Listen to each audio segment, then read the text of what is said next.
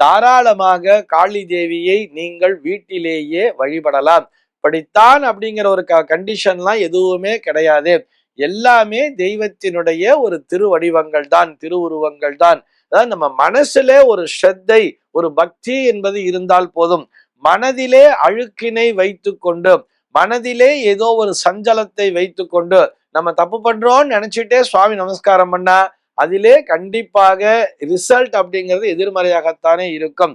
நான் சுத்தமாக இருக்கிறேன், நான் எப்பொழுதுமே உன்னையே சிந்தித்து கொண்டிருக்கிறேன், நான் செய்கின்ற விஷயம், அதாவது நான் உன்னை இந்த நேரத்துல பிரார்த்தனை பண்றேன்னு சொன்னா அதற்கு உன்னுடைய அனுகிரகம்தான் காரணம் என்று எவர் ஒருவர் அந்த இறை மூர்த்தத்தை முழுமையாக நம்புகிறார்களோ அந்த நம்பிக்கை என்பது இருந்தாலே போதும் தானே.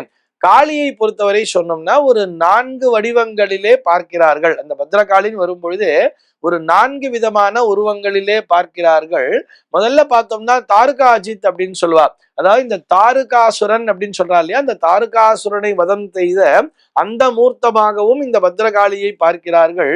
பெரும்பாலும் பார்த்தோம்னா இந்த கேரளத்திலே, இந்த கேரள பாரம்பரியத்திலே தான் இந்த தாருகாஜித் என்று சொல்லப்படக்கூடிய அந்த காளியினுடைய வடிவத்தினை வழிபட்டு கொண்டிருப்பார்கள்.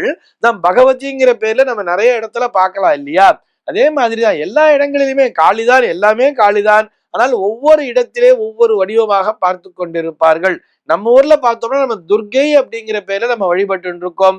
இந்த துர்கை தானே நம்ம மகிஷாசுர மர்த்தினின்னு சொல்றோம். அதுக்கு நம்ம மகிஷாஜித் அப்படிங்கிற ஒரு பேரை சொல்றார். இந்த மகிஷாசுரனை வதம் செய்த அந்த வடிவமாக மகிஷாஜித் அப்படிங்கிற பேர்ல துர்கையை வழிபட்டு கொண்டிருக்கிறார்கள்.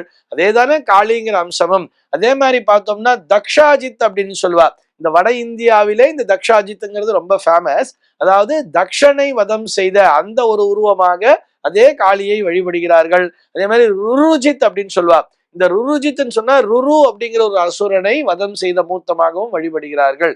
பெரும்பாலும் இந்த காளியை வழிபடுவார்கள் அப்படின்னு சொன்னா கேரளால இருப்பா. அதற்கு நேர் டயகனல் நம்முடைய அந்த இந்தியா மேப் எடுத்துட்டோம் அப்படின்னு சொன்னா கேரளத்தை கன்னிமூலை என்ற பெயரிலே சொல்லுவோம்.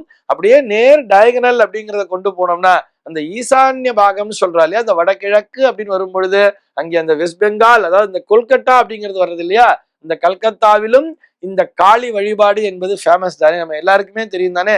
கொல்கத்தா காளி அப்படின்னாலே சொல்லுவா, காளினாலே கொல்கத்தா அப்படிங்கிறது எல்லாருக்குமே ஞாபகத்துக்கு வந்துடும்.